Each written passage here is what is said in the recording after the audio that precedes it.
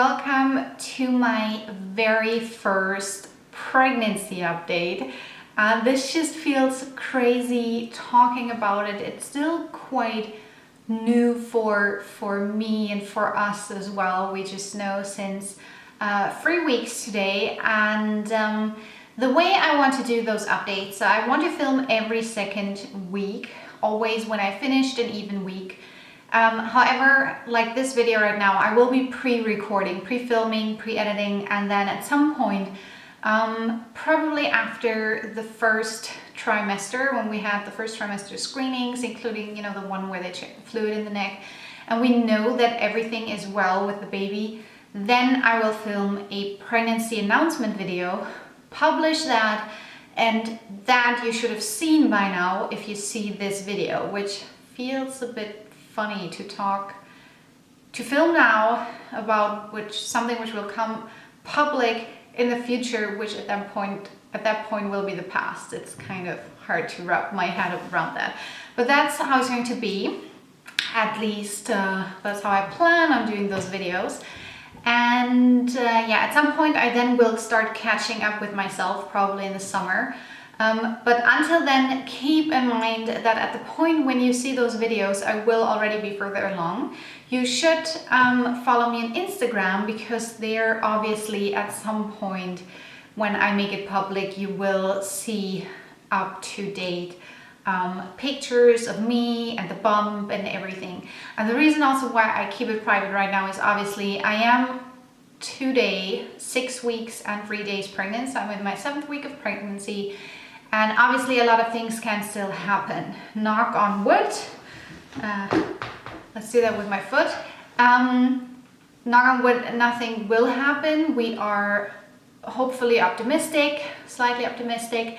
But yeah, you never know. So obviously until we are out of the woods and out of the first trimester, we are going to keep quiet about all of this. My parents will figure out next week, no, the week after that, in 2 weeks, because that's when my birthday is. I will actually film the next video on my birthday, because that's a Friday and I will be off from work because my parents are coming in the evening, and on that day I will film my 8-week pregnancy update. So back to the important stuff. There is an airplane flying. Okay, back to the important stuff. So we found out on Valentine's Day that I am pregnant, which is crazy. So actually it was so that 2 days ago, 2 days before Valentine's Day, I did take an internet cheapie, and I will insert the picture now. Looking back, I do still believe you can see something. The test on the bottom is an ovulation test, so ignore that. But I will mark a little bit where on the upper test I think you can see something. But I thought, okay, maybe it's just an evaporation line or whatever. I test again on the 13th and there was nothing on the test. I got really frustrated. Once again, I tested on the 14th because the HCG only doubles every 48 hours. Nothing again. So I got really sad, and I already told Christopher, like, see, I don't think it worked this cycle. And then we went to our Valentine's Day dinner that night, and we were gone for around 2 hours, including the drive. And I did go to the bathroom before, and then I had to pee when we came back. And I didn't drink because even though I wasn't in a lot of hope that it did work, I still didn't want to drink until my period kicked in. So I didn't drink, I just had a lot of water, and I really had a lot. I'm usually not a big water drinker, but I had something with rosemary, which I love, but it just got me really thirsty. So I had a lot of water, and we came back and I just felt like I needed to test again. It was some really weird urge, because usually, especially in the beginning, you use morning urine because it's stronger. But so I used my 2-hour-old pee, which was very thin because of all the water I drank. But I saw something on the test. I will put in the wet test so you can see it there, I think. And then it dried, and then it looked like this. I put the hairpin just to focus a bit more. So there was something. I even used more pee later on, which was like 20 minutes later. I just went to the bathroom again took another test and there was still a line on there. The problem was that it was so faint that we weren't sure if the line was gray or pink. And pink is good, but gray means that it's more maybe of a evaporation line. But after I took the second test with the next urine, there was still something. I was in pretty good hopes that it actually did work this cycle. So I waited until morning, and I had a hard time waiting. Like, I couldn't sleep, and when you don't sleep, it's hard to not go to the bathroom at some point. So I tried to hold my pee as long as possible, and then I tested with a first response, and it looked like this. I opened it up because I think it's very hard to see when the line is faint through that plastic. So this is how it looked wet, and then afterwards when it was dry, it looked like this. So it was pretty clear. And then I actually bought some digital tests after work, and I took one with, you know, just evening pee, which wasn't like, which I held for maybe an hour only. And I didn't expect it to show anything, but I just couldn't wait anymore. And it did show 1 to 2 and pregnant. And 1 to 2 means that you're pregnant 3 to 4 weeks. The Thursday after, I took another digital and already said 2 to 3, which means you're somewhere between week 4 and 5. And the Thursday after, I took one again and it said 3+, which means you are at least 5 weeks pregnant. So that was kind of my own personal beta, showing that it went up, because we don't do the whole beta drawing like you do in the US a lot of times. Except if you're in a fertility clinic or you are bleeding and are in the hospital or something, then they check it. But if it's just a normal pregnancy, then they don't do that. And obviously it's nice to see that something is progressing. So this test was kind of, like I said, my own way of seeing that there was a good progression. I did have my first ultrasound last Wednesday. It was actually not supposed to be until tomorrow, but then they had to cancel the evening slots because I had one at 7 o'clock at night. And I said, guys, I'm already waiting since, like, at the point when they called, I was waiting for 2 weeks for my first appointment already. I don't want to wait even longer. So they actually gave me an early appointment, which was last Wednesday. Now, my last period was on January 15th, and that is the date the doctor counts from. And then during the ultrasound, they look, okay, how far along are you really? Now, I told her already that there's no way that I'm 6 weeks, 5 days at that point, because I knew, because of my fertility monitor, I also measured temperature, and I had those internet cheapies. I knew that I ovulated late. So I told her I'm at the most 5 days, 5 weeks, 6 days, and not 6 weeks, 5 days.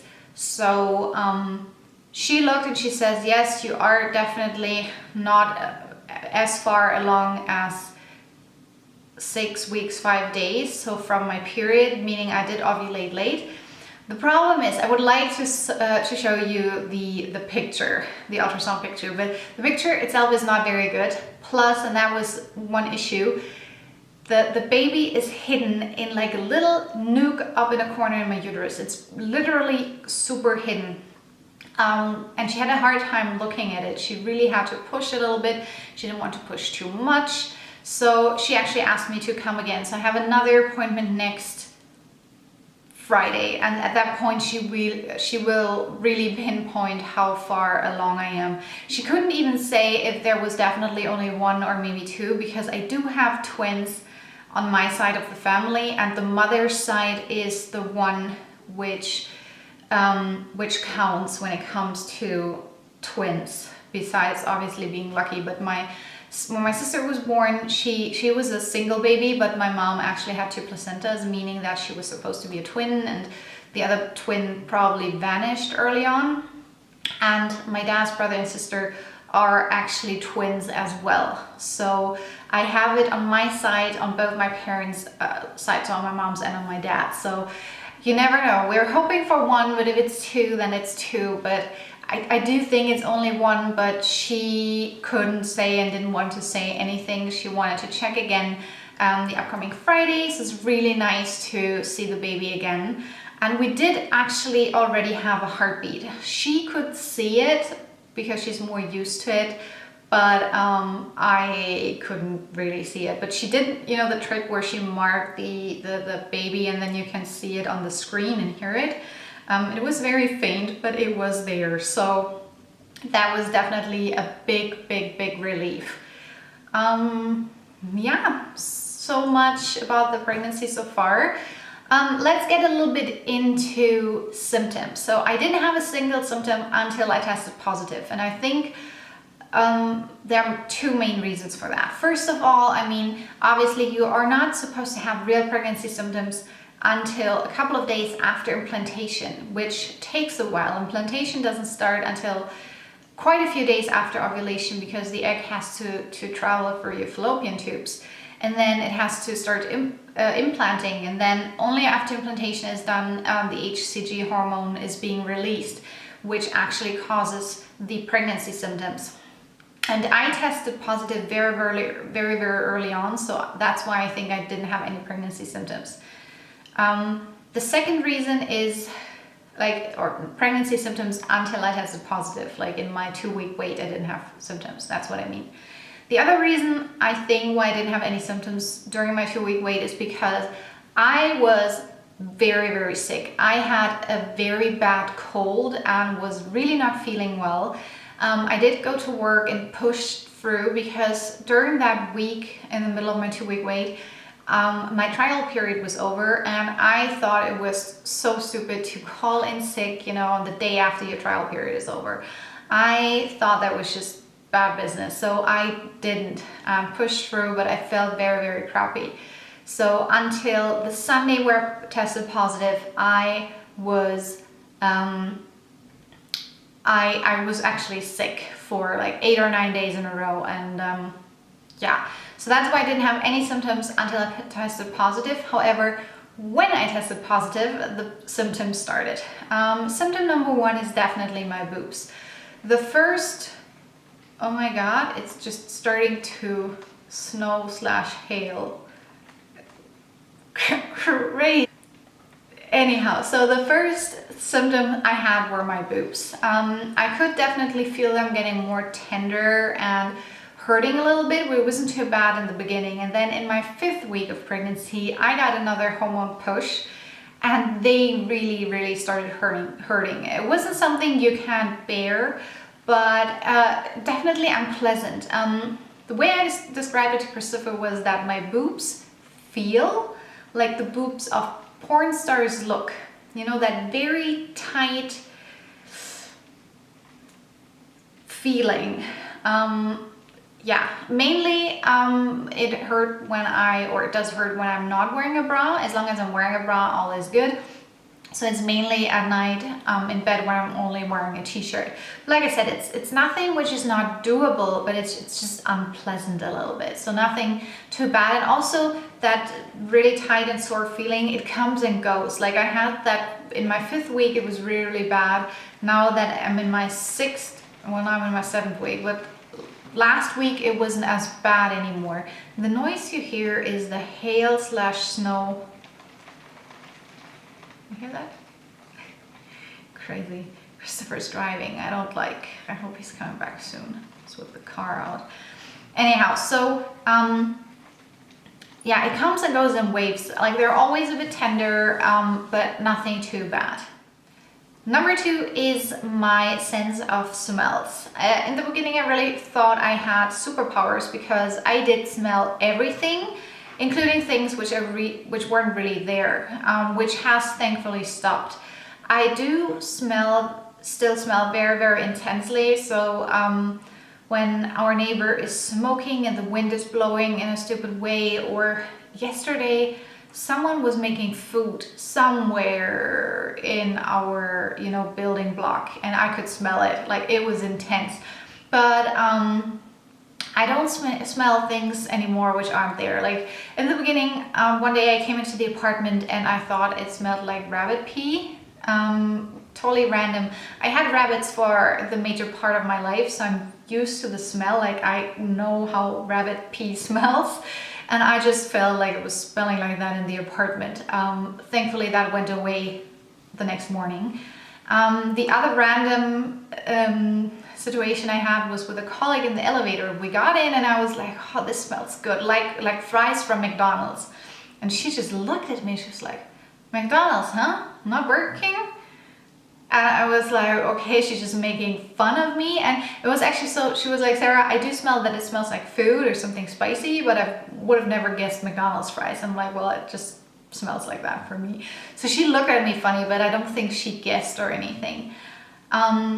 Yeah, and otherwise I'm smelling very, very intensive, like the bakery or the sushi place right in front of my platform where I go down for the train and stuff like that.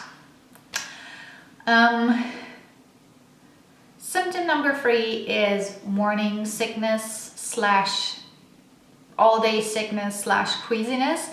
I have to say that I'm very, very lucky that to this point I didn't have morning sickness per se. So I've not thrown up or anything. I do actually feel quite well. I do every once in a while feel a little bit queasy, sometimes in connection with certain scents and also sometimes in connection with being hungry. So I actually noticed that it helps to eat no matter what, like especially when I'm queasy, just eat something which doesn't have a lot of taste. I do have crackers in my drawer at work. I have, toast here at home, something very plain, but eating nevertheless. Getting more and more hungry makes the queasiness work. And the way I describe the queasiness is basically like being car sick. That's how I feel a little bit. So nothing too bad. It comes and goes in waves. It doesn't have to be just in the morning. Sometimes it's at night, sometimes in the afternoon, but yeah. It's not too bad, like no throwing up or anything like that. Next symptom is being tired, and that is something which really, really hit me and keeps me wrapped up completely. So the tiredness comes with different side effects. So what I had from the very beginning on, ever since I found out I'm pregnant, is that I wake up very, very early in the morning. Usually I start waking up somewhere on my own between 4 and 6 o'clock, and I'm not able to fall asleep again. I am tired, but not tired enough to fall asleep, and I don't know what's up with that. So obviously getting up earlier or being awake at least earlier doesn't really help with my tiredness in the afternoon, because that's when it really hits me, usually at around 2 o'clock. So I do still drink coffee. I do have 1 to 2 espressos a day. And when I say espressos, I mean like I have a Starbucks drink with like 1 espresso shot or something like that. And those 1 or 2 coffees I do have in the afternoon when I'm getting so really, really tired. In the morning, I stick to teas, but without caffeine, or I'm having a decaf coffee drink. But if I have coffee, then I usually have it in the afternoon. So that's when the tiredness hits and where I feel like sleeping. Usually I'm able to push through because I'm at work, and then when I get home, the fresh air helps. And then at home, I actually just do whatever is necessary to do. Like I clean up a little bit, I do a bit of laundry or a bit of ironing, and then usually I take a bath. I wrap myself in some bye oil against stretch marks. You can never start too early. And then I'm in bed by 7 and usually sleeping by 8. Which once again, obviously the earlier you go to bed, the earlier you're done with sleeping. However, I also noticed when I push through on the weekends until 10 or 11, I'm still awake somewhere between 4 and 6. So my whole sleeping schedule is a bit messed up. And I'm just really overall very, very tired. Yeah, that has been it in terms of symptoms. I think, one more thing. I didn't have any bleedings yet. What I do have every once in a while is row pains in my lower abdomen and my uterus area. It's kind of like, it feels like growing pains. You can really, it kind of feels like a fist going like this, widening the uterus from the inside. I guess that's kind of what's happening. I mean, not with a fist, but kind of like the baby becoming bigger, more fluids in there, etc. But that is sometimes quite unpleasant. I usually have it when I walk for too long or when I walk too fast. Like when I try to catch a train and I walk all the way back from work to the train very fast, then I usually have like some slightly painful feeling in my lower abdomen, but it's nothing major. I am going to show you my non-existing bump. If you're wondering, yes, I am wearing actually a pair of maternity pants. Not because I necessarily have to already, but the thing is, over the last year, I did gain a little bit of weight. I gained about 5 to 7 kilos, mainly because the first half of the year last year was not the best. I had a wedding to plan, I had my thesis to write and to hand in and to defend, plus my work situation wasn't the best. My boss is what I would call emotionally abusive, which is why already at the end of 2014 I started looking for a new job and did actually leave the company last summer, had the wedding, and then started looking for a new job. And I'm really, really happy about the place I found. But yeah, the first half of last year was not the best, and I actually realized that I'm a stress eater. When I'm sad, I don't eat, but when I'm stressed, I do eat. And that kind of took its toll on my body a little bit. I didn't mind or anything. I actually wanted to get back into shape this year. But yeah, obviously right now I'm not going on a diet because it would also not be good for the baby. I'm also not eating for two because that you should also not do.